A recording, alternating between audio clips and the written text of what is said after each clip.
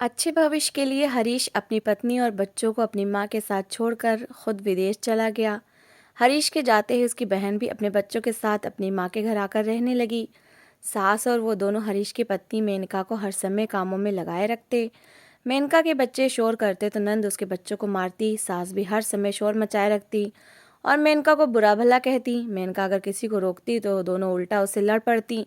एक दिन तंग आकर मेनका अपनी नंद के बेटे को छत पर ले गई और जब नंद बेटे को ढूंढते हुए छत पर गई तो उसके ऊपर आसमान टूट पड़ा, क्योंकि वहां चटाक की जोरदार जोरदार आवाज आई और साथ ही मेनका की 4 साला बेटी जोरदार आवाज में चीखी। किचन में आटा गूंथती मेनका बुरी तरह से घबरा गई। आटा यूं ही छोड़कर वो तेजी से किचन से बाहर निकली। सामने का दृश्य देखकर उसके पैरों के नीचे से जमीन निकल गई। सामने उसकी नंद मंजू खड़ी थी। उसने कमर पर हाथ रखा हुआ था और बड़े आराम से मेनका की 4 साल की बेटी को रोते हुए देख रही थी, जो अपने गाल पर हाथ रखे बुरी तरह से सिसक रही थी। मेनका को देखते ही वो जोर जोर से रोने लगी। मेनका घबराकर आगे बढ़ी। क्या हुआ दीदी, क्यों रो रही है ये? मेनका ने पूछा तो मंजू आंखें मटकाकर बोली, मारा है मैंने इसे। हद से ज्यादा भूखी और निदीदी हो गई है। मेरा बेटा बाहर से अपने लिए चिप्स लेकर आया है और ये तब से उससे चिप्स मांग रही है। उस बेचारे ने खाना भी नहीं खाया और इसने पूरी प्लेट चावलों की मेरे सामने ठूसी थी। अब ये उसके चिप्स पर भी आंखें रखे हुए है। अगर मैं आज सबक न सिखाती तो लालची और बदतमीज बन जाती। तुम्हें बड़ा दुख हो रहा है कि मैंने क्यों मारा है? बुआ हूँ इसकी, क्या मेरा अपने भाई के बच्चों पर कोई अधिकार नहीं है? मंजू आंखें मटकाती हुई पूछ रही थी, जबकि मेनका दहल कर रह गई।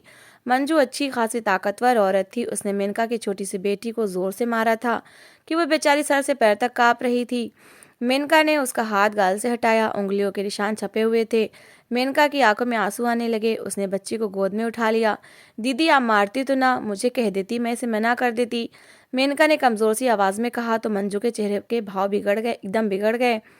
हाँ हाँ, तुम तो ये कहना चाहती हो कि इस घर की मालकिन तुम हो। तुम्हारे बच्चे कोई आसमान से उतरे हुए हैं कि उन्हें कोई कुछ नहीं कह सकता? अच्छी परवरिश ना करना, बच्चों की सिर्फ अपनी तरह भूखी और नदीदी बनाना, इसको भी। तुम्हें भी जब देखो मुंह फाड़े भाई से पैसे मंगवाती रहती हो। तुम्हारी इच्छाएं औकात से बाहर होने के कारण ही वो बेचारा देश छोड़कर गया है, क्योंकि तुम्हारे तो खर्चे ही पूरे नहीं होते थे। माँ देखो, ये मेनका मुझे कह रही है कि मेरा अपने भाई के बच्चों पर कोई अधिकार नहीं। मंजू ने बात को घुमाकर ऐसा रंग दिया कि मेनका हक्का बक्का रह गई। अब वो सामने खड़ी जबरदस्ती आंसू बहाने की कोशिश कर रही थी। कमरे से मेनका की सास भी निकल आई। क्या हो गया है, क्यों तमाशा लगा रखा है तुमने मेनका? उन्होंने आते ही मेनका पर गुस्सा निकाला। माँ, मेनका मुझे कह रही है कि मैं जबरदस्ती इस घर में रहती हूँ। मेरा आप लोगों पर कोई अधिकार नहीं है। अगर ऐसा है तो मैं आज ही अपने घर वापस चली जाती हूँ। मंजू ने बात का बतड़ंग बना डाला था। मेनका तो हैरान खड़ी रह गई, जबकि सास मेनका की ओर मुड़ी और उसे बेभाव की बातें सुना रही थी। तू कौन होती है मेरे बेटे को घर से निकालने वाली? अगर दोबारा इस तरह की बात की तो तेरी जुबान खींच लूंगी और चुटिया से पकड़कर घर से बाहर निकाल दूंगी। ये मेरा और मेरे बेटे का घर है। तू बाहर से आई हुई है, अपनी औकात में रहना सीख, वरना मुझसे बुरा कोई नहीं होगा। सास और नंद दोनों ही शुरू हुई तो फिर चुप होने का नाम ही न लिया। मेनका अपने आंसू पीते वापस किचन में आ गई। छोटी बेटी को वो साथ ही ले आई थी। किचन के स्लैब पर उसे बिठाकर वो खामोशी से दोबारा आटा गूंदने लगी। उसकी आंखों से आंसू बह जा रहे थे। हरीश को दुबई गए अभी पहला महीना ही हुआ था कि सास और नंद, जिनका पहले ही उसके साथ अच्छा व्यवहार न था, वो मरने मारने पर तुल गई थी। हरीश पहले ही एक छोटी सी फैक्ट्री में नौकरी करता था। मेनका सुघड़ लड़की थी, उसके सर पर ज्यादा फरमाइशों का बोझ न डालती। लेकिन मेनका की सास को अपने घर में चलती फिरती बहू एक आंख न भाती थी। उसका ध्यान तो हमेशा अपनी बेटी में ही लगा रहता, जो दूसरे मोहल्ले में रहती थी। भरा पूरा ससुराल था और जॉइंट फैमिली होने के कारण उनकी बेटी को वहां दिन रात काम करना पड़ता था। उन्होंने दबे शब्दों में कई बार हरीश से कहा कि मंजू को और उसके पति को अपने घर में जगह दे देते हैं। अच्छा सुंदर सा बना हुआ घर है, खर्चे का क्या है, पूरे होते ही रहेंगे। उन्होंने हरीश को कहा, लेकिन उसने सख्ती से इनकार कर दिया। नहीं माँ, मेरी तनख्वाह में घर ही बड़ी मुश्किल से चलता है और दीदी के 3 बच्चे हैं। मैं उनके 3 बच्चों का खर्च किस तरह पूरा करूंगा? हरीश बेबसी से कहता तो सास मुंह बनाकर खामोश हो गई। लेकिन थक हार कर हरीश ने दुबई जाने के लिए अप्लाई कर दिया। किस्मत अच्छी थी कि पहली कोशिश में ही उसका वीजा लग गया। जाने से पहले उसने मेनका और अपने दोनों बच्चों को माँ के हवाले किया। माँ, मैं इतनी जल्दी वापस नहीं आ सकूंगा। मेरी पत्नी बच्चों का ख्याल रखना। छोटा बेटा सिर्फ 2 महीने का है, अभी तो मैंने इसे ठीक तरह से देखा भी नहीं, लेकिन यहाँ की कमाई से अब गुजारा नहीं होता, जाना भी जरूरी है। हरीश का खुद का दिल बुरा हो रहा था, लेकिन माँ ने उसे रोकने की कोई कोशिश न की। हरीश विदेश चला गया तो मेनका दिल पर पत्थर रख के रह गई। उसने सोचा थोड़ा सा समय ही तो है, जल्दी हरीश वापस आ जाएगा। लेकिन उसके सर पर तो आसमान तब टूटा जब हरीश के जाते ही अगले दिन मंजू अपना सारा सामान उठाकर बच्चों समेत माँ के घर आ गई। शुक्र है माँ, उस जंजाल से तो मेरी जान छूटी। आपको पता है सुबह 9 बजे से लेकर रात 12 बजे तक काम करना पड़ता है वहां पर, और मेरी दोनों देवरानियां तो वो हिलकर पानी भी नहीं पीती हैं। अच्छा है, अब मजा आएगा उन्हें जब सारा दिन काम करेंगी। मंजू सेब छीलते हुए माँ को कह रही थी, जबकि वो भी बेटी के आ जाने से बहुत खुश थी। किचन में खड़ी मेनका ठंडी सांस लेकर रह गई। हरीश ने वहां जाने के बाद अब तक पैसे तो ना भेजे थे। जो थोड़े पैसे वो घर देकर गया था, बस उसी से ही गुजारा हो रहा था। उस दिन मेनका की तबीयत सुबह से खराब थी, लेकिन पैसे खत्म होने की परेशानी अपनी अपनी जगह थी। वो परेशान होती हुई सास के पास आई, जो मंजू के साथ सर जोड़े बातें कर रही थी। मेनका को आता देखकर दोनों एकदम चुप हो गए। क्या बनाऊं माँ जी, मेरे पास तो जो पैसे थे वो खत्म हो गए हैं, और हरीश ने अभी तक पैसे नहीं भेजे। मेनका ने कहा तो सास नाक चढ़ाकर बोली, चलो दाल बना लो, अभी हरीश को फोन करके पूछती हूँ कि पैसे क्यों नहीं भेजे। अब जाओ यहाँ से, हम कोई जरूरी बात कर रहे हैं। सास ने कहा तो मेनका खामोशी से किचन में चली आई। शुक्र था कि दाल रखी थी। मेनका ने हांडी चढ़ाई और दोपहर के खाने की तैयारी करने लगी। नंद के बच्चे स्कूल से आ गए थे। मेनका के बच्चे अभी छोटे थे, स्कूल जाते ही ना थे। नंद के बच्चों का खाना खाने के लिए शोर मचाया हुआ था। मेनका ने जल्दी से सबके लिए खाना लगा दिया। नंद के दोनों बच्चे आकर बैठे तो दाल देखते ही उनका मुंह बन गया। बड़ा वाला चिल्लाकर बोला, मम्मी ये दाल किसने बनाई है? मुझसे तो इसकी शक्ल भी नहीं देखी जा रही। मैंने नहीं खाना ये गंदा खाना, उसने चिल्लाकर कहा। मेनका को बहुत बुरा लगा। नहीं बेटा, खाने को ऐसे नहीं कहते हैं, उसने नरमी से टोका। तो मंजू सामने बैठी थी, उसे बहुत बुरा लगा। वो एकदम फट पड़ी। बड़ी आई मेरे बच्चों को बातें सिखाने वाली, अपने बच्चों की तो परवरिश तुमसे होती नहीं। मेरे बच्चों को टोकना मत। क्यों बनाई ये दाल जब इनको पसंद ही नहीं है? तुम तो चाहती ही यही हो कि मेरे बच्चे भूखे मर जाए, या हम लोग परेशान होकर यहाँ से चले जाएं और तुम अकेली ही राज करती फिरो। मंजू बात को बतरंग बनाने में माहिर थी। मेनका हक्का बक्का रह गई। दीदी, सुबह आपके सामने तो मैंने माँ जी से पूछा था कि क्या बनाऊं, उन्होंने कहा कि दाल बना लो, इसीलिए तो बनाई है। घर में जो कुछ और भी था भी नहीं। वो डरपोक सी लड़की वैसे ही घबरा जाया करती थी। जबकि मंजू के दोनों बच्चे अब जोर शोर से चिल्लाना शुरू हो गए थे। छोटे वाले ने तो लाते मार मार कर कई बर्तन गिरा दिए थे। उसका पैर लगने से दाल का बाउल उलट गया और पूरे बिस्तर पर दाल गिर गई। देख रही है माँ, मेरे दोनों बच्चे इस तरह बिलक बिलक कर रो रहे हैं। इस घर में इनके लिए तो 2 टाइम की रोटी भी नहीं है। भाभी तो चाहती ही यही है कि मैं ससुराल के बाद मायके में भी परेशान हो जाऊं। मंजू एकदम ही रोने की तैयारी करने लगी। माँ भी घबरा सी गई थी। अरे मेरी बेटी चुप कर, इस कलमुई मेनका के कहने से क्या होता है? इसकी हैसियत तो इस घर में सिर्फ नौकरानी की है। ये घर तेरे बाप का है और यहाँ से तुझे कोई नहीं निकाल सकता। मेनका हक्का बक्का उन्हें देख रही थी। बिस्तर पर दाल गिरकर अजीब सा दृश्य बना रही थी। मक्खियां भिनभिना रही थी और मंजू के दोनों बच्चे गला फाड़ फाड़ कर चिल्ला रहे थे, जब नहीं खाते उसके बच्चे तो क्यों बनाई ये दाल? सही कह रही है मंजू, तू है ही झगड़ा कर लगाने वाली। चल उठ किचन में जा और दोनों को अंडा बना कर दे, और मंजू के लिए भी कोई और चीज बना कर ले आ। अब ज्यादा मेरे सामने नखरे मत करना। छुपाकर जो पैसे अंदर अलमारियों में रखे हैं निकालो उनको बाहर। अपनी माँ को देने के लिए रखे हैं क्या? सास ने हद कर दी थी। मेनका आंसू पीकर रह गई। उन दोनों से लड़ने का कोई फायदा न था। वो खामोशी से उठी और किचन में चली गई। उसका छोटा बेटा अंदर झूले में जा गया था और अब बुरी तरह से रो रहा था। लेकिन मेनका मजबूरन किचन में काम कर रही थी। उसने फ्रिज से 2 अंडे निकाले और खामोशी से दोनों लड़कों के लिए बना दिए। सब्जियों वाली टोकरी ने आलू रखे थे, उसने दोबारा से आलू निकाले, मंजू के लिए भी सब्जी बना दी। दाल तो पहले ही गिर चुकी थी। सास और मंजू ने आलू की सब्जी के साथ आराम से पेट भरकर खाना खाया। दोनों बच्चे भी खा पीकर उठ गए। सिर्फ मेनका और उसकी बेटी भूखे रह गए। सब्जी के नाम पर कुछ नहीं बचा था। 4 बजे के करीब मेनका का भूख से बुरा हाल हो गया। उसकी आंखों से आंसू आने लगे। छोटा सा बच्चा दूध पीता था, अगर वो कुछ ना खाती तो उसे दूध कैसे पिला सकती थी? लाचार होकर उसने प्लेट में रखी एक रोटी उठाई और पतीले में बची हुई सब्जी से लगा लगा कर खाने लगी। उसकी आंखों में आंसू आ रहे थे। इस घर में उसके साथ व्यवहार दिन प्रतिदिन खराब होता जा रहा था। वो तो अच्छा हुआ कि 2 दिन बाद ही हरीश ने पैसे भेज दिए। मेनका को तो इस बात का कोई अंदाजा न था। वो तो हैरान थे कि उस दिन माजी और मंजू सुबह सुबह ही बाजार जाने के लिए तैयार हो गईं। मेनका हैरान रह गई। माजी बाजार क्यों जा रही हैं? सब ठीक तो है? उसने पूछा तो सास ने कहा, हाँ हाँ, वो हरीश ने पैसे भेजे हैं ना, तो मैंने सोचा कुछ सामान ले आऊं। चल मंजू, मेनका से ज्यादा बात मत करना। उन्होंने अच्छा नहीं समझा और मंजू को साथ लेकर चली गई। जब वो वापस लौटी तो उन्होंने मंजू और उसके दोनों बच्चों के कपड़े खरीदे हुए थे। घर का काफी सारा सामान था। मेनका को दुख सा हुआ। हरीश ने पैसे उसे भेजने के बजाय घर वालों को भेज दिए थे। लेकिन वो धैर्य वाली लड़की थी, खामोशी से घर के कामों में लगी रहती। दिन गुजरते रहे। हरीश पैसे भेजता रहा। इन पैसों पर सास और मंजू ऐश करती रहीं। वो अपने बच्चों के जी भर के कपड़े लाती, उन्हें खाने पीने की चीजें लाकर देती, लेकिन मेनका को इस्तेमाल करने के लिए 1 रुपया तक न देते।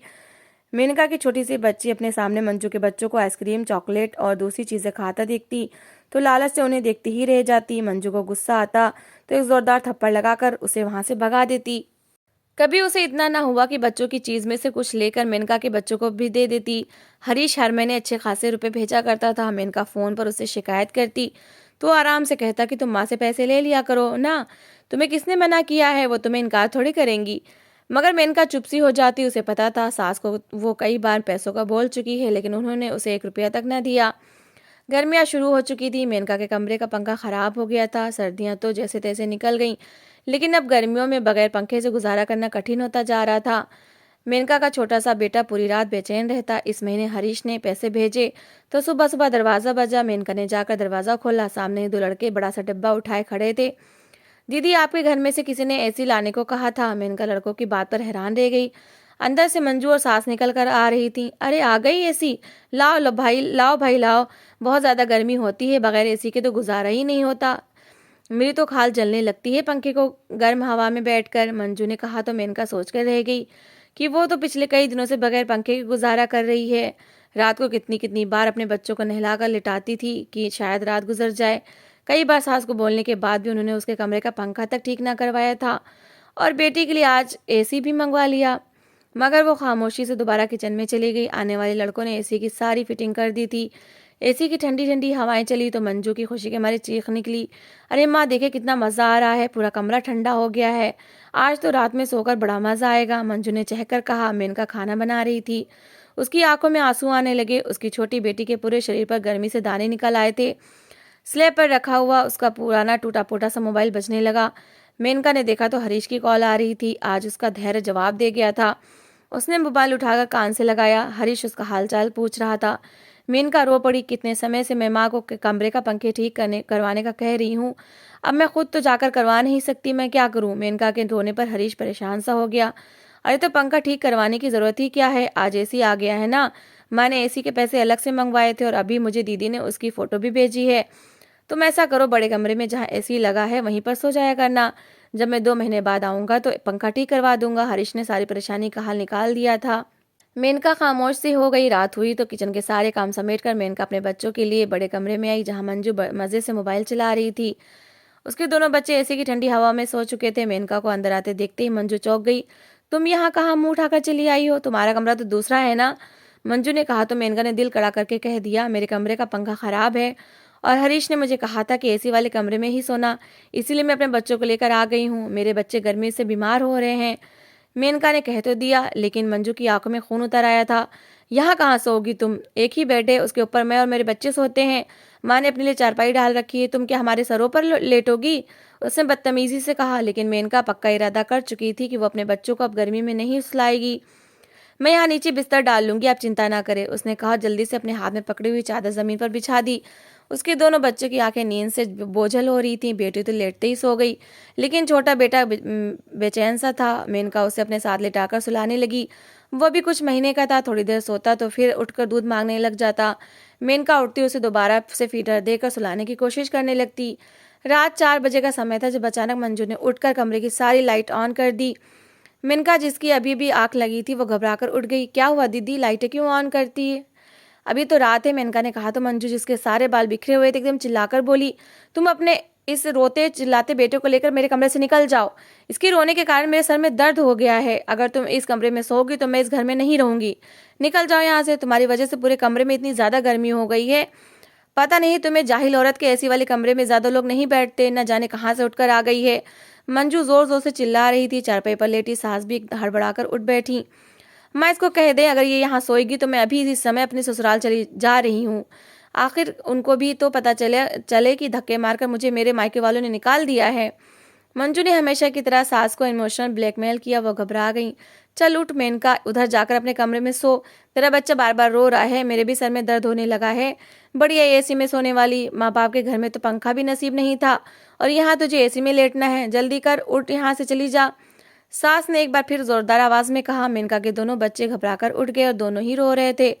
कमरे में अजीब सा माहौल बन गया था। मेनका की आंखें आंसुओं से भर गईं। उसके साथ तो किसी अछूत जैसा व्यवहार किया जा रहा था। उसने खामोशी से अपने दोनों बच्चों को उठाया और कमरे से बाहर निकल गई। उसके निकलते ही मंजू आराम से दोबारा लेट गई। मेनका की हैसियत घर में नौकरों से भी खराब हो चुकी थी। खुद पर होने वाला हर अत्याचार तो वो खामोशी से सह लेती, लेकिन जब मंजू बात बात पर उसकी छोटी सी बच्ची को बुरी तरह से मारती तो मेनका का दिल दुख से भर जाता। उस दिन तो हद ही हो गई। मेनका किचन में काम में बिजी थी जब उसका छोटा मुन्ना बाहर चारपाई से बंधे झूले में सो रहा था। मंजू उसी चारपाई पर बैठी मोबाइल चला रही थी। बच्चा किस्मत आकर उठा और रोने लग गया। मेनका दूर थी, उस तक आवाज न पहुंची। बच्चे के रोने में तेजी आई तो मंजू झुंझला गई। हर समय रो रो कर मनहूसियत फैलाई होती है भाभी ने और इनके बच्चों ने। क्या गला फाड़ गले पड़ गई है। वो नीचे हुई और उसने एक जोरदार थप्पड़ झूले में लेटे बच्चे को लगा दिया। बच्चा मुश्किल से कुछ महीने का था। इतने जोरदार थप्पड़ पर पहले हैरान हुआ और फिर चिल्लाकर रोने लगा। किचन में काम करती मेनका तक उसकी आवाज आई तो वो घबराकर बाहर निकल आई। बच्चे के गाल पर मंजू के हाथ का निशान छपा था। मेनका रुहासी हो गई। उसने बच्चे को खामोशी से गोद में उठाया। उसका दिल चाहा वो मंजू से कह दे कि वो किचन में उन्हीं लोगों के लिए खाना बना रही है। अगर थोड़ी देर वो उसके बच्चों को उठा लेगी तो कोई पहाड़ नहीं टूट पड़ेगा। लेकिन वो जान चुकी थी कि वो दो शब्द कहने के बदले उसे घंटों बातें सुननी पड़ेंगी। वो खामोशी से किचन में चली गई, लेकिन अब उसकी सहनशीलता जवाब दे चुकी थी। हरीश के भेजे हुए पैसों पर सिर्फ मंजू उसके बच्चे ऐश कर रहे थे। सास उन रुपए में से मेनका को 1 रुपया भी न देती। कभी कभार दिल करता तो 100-200 रुपए मेनका के हाथ पर रख देती और यूं जताती जैसे ना जाने कितना एहसान किया हो। साथ ही ये भी कहती अब अपने मायके वालों को ना देती फिर ना। जबकि मंजू उसके बच्चों पर हजारों के हिसाब से पैसे लुटाया करती थी। मेनका एक एक दिन गिन गिन कर गुजार रही थी। वो चाहती थी हरीश जल्दी वापस आ जाए, लेकिन जिस दिन हरीश ने फोन पर उसे बताया कि उसकी छुट्टी आगे बढ़ गई है और अब वो 6 महीने बाद आएगा तो मेनका का दिल चाहा और जोर जोर से रो पड़े। वो अब इस माहौल में और नहीं रह सकती थी। मंजू के बदतमीज बच्चों ने घर का माहौल बुरी तरह से बिगाड़ रखा था। मेनका ने फैसला कर लिया था कि अब हरीश का इंतजार करने के बजाय वो खुद ही कुछ कर लेगी। उस दिन भी मेनका सफाई करके किचन में गई तो मंजू के बेटे ने गंदे जूतों से पूरे घर में निशान बना दिए थे। मेनका ने नरमी से टोका तो वो और ज्यादा गंदगी करने लगा। साथ ही साथ वो मेनका का मजाक भी उड़ा रहा था। मेनका ने गहरी सांस लेकर चूल्हा बंद किया और किचन से बाहर निकल आई। उसने अपनी बेटी और छोटे बेटे को उठाकर पड़ोसी के घर चली गई। उसने दोनों बच्चे वहां छोड़े और खामोशी से वापस आई। मंजू का बड़ा बेटा फ्रिज खोले अंदर रखे फ्रूट खा रहा था और छिलके वहीं फेंक रहा था। मेनका ने उसका हाथ पकड़ा और उसने के कान में कुछ कहा। बच्चा एकदम खुश हो गया। मेनका के दिल को कुछ हुआ, लेकिन उसके अपने भविष्य के लिए ये बहुत जरूरी था। बच्चे का हाथ पकड़े वो सीधा उसे छत पर ले गई। छत पर जाते उसने बच्चे को एक जोरदार थप्पड़ लगाया। बच्चा जोर से चिल्लाने लगा, अपनी माँ को पुकारने लगा। नीचे किचन में पानी लेने आई मंजू एकदम चौंकी। ये उसके बेटे की आवाज़ थी और आवाज़ छत के ऊपर से आई थी। वो रोते हुए मंजू को पुकार रहा था। अंधाधुंध दौड़ते हुए सीढ़ियों पर चढ़कर ऊपर आई, लेकिन सामने का दृश्य देखते उसके होश उड़ गए। सामने मेनका ने उसके बड़े बेटे को पकड़ रखा था। एक हाथ से उसे उठाए हुए मेनका ने उसे छत से नीचे लटका रखा था। अगर वो उसे छोड़ती तो वो सीधा छत से नीचे जा गिरता। अगर वो मरता ना तो कम से कम उसके हाथ पांव तो टूट ही सकते थे। मंजू के होठों से एक चीख निकली, ये क्या कर रही है कमीनी, छोड़ मेरे बेटे को, मैं तेरी आंखें नोच लूंगी। वो आगे बढ़ी, लेकिन इससे पहले कि वो मेनका के पास पहुंचती मेनका ने बच्चे को और नीचे किया। एक कदम भी आगे मत बढ़ाना मंजू, वहीं पीछे खड़ी हो जाओ। मंजू डर गई। मेनका की आवाज में साहस और निडरता थी। ये तुम क्या कर रही हो, मंजू ने कपकपाती आवाज में कहा। मेनका मुस्कुराई, मैं वही कर रही हूँ जो आप मेरे और मेरे बच्चों के साथ करती हैं। आप लोगों ने हमें भी इसी तरह टांग रखा है। अपने ही घर में हम मुजरिम की तरह रहते हैं। हरीश के भेजे हुए पैसों पर मेरा कोई अधिकार नहीं है। आपने और माँ जी ने मिलकर हमारा जीना मुश्किल कर रखा है। अगर आज अभी और इसी समय अपना सामान उठाकर आप अपने घर नहीं गई तो मैं आपके बच्चे को यहीं से नीचे फेंक दूंगी। ये मेरी आखिरी चेतावनी है। मेनका ने कहा तो मंजू काँप कर रह गई। जब अपनी जान पर बनी तो सारी बहादुरी हवा हो गई। वो मेनका की मिन्नतें करने लगी, भगवान के लिए छोड़ दो, नहीं तो ऐसे काम ना चला तो मेनका को धमकियों देने पर उतर आई। लेकिन मेनका मुस्कुरा रही थी। जितना बुरा व्यवहार आप और माँ जी मेरे साथ करती हैं उसके बाद आप लोग हमारे साथ क्या कर लेंगी। मेनका पर धमकियों का भी असर नहीं हो रहा था। मंजू बेबस होने लगी। सास भी नीचे से ऊपर आई थी। उन्होंने भी मेनका को हर तरह से समझाकर देख लिया। बच्चा नीचे लटका बुरी तरह से रो रहा था।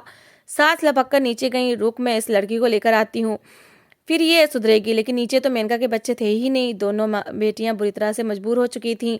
आखिर मंजू को मेनका की बात माननी ही पड़ी। वो लपक कर नीचे गई और अपना बैग तैयार करके ऊपर ले आई।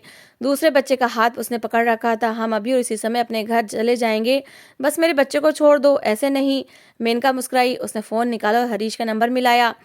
दीदी कह रही हैं कि वो अपने घर जा रही हैं, क्या मैं उन्हें रोकूं?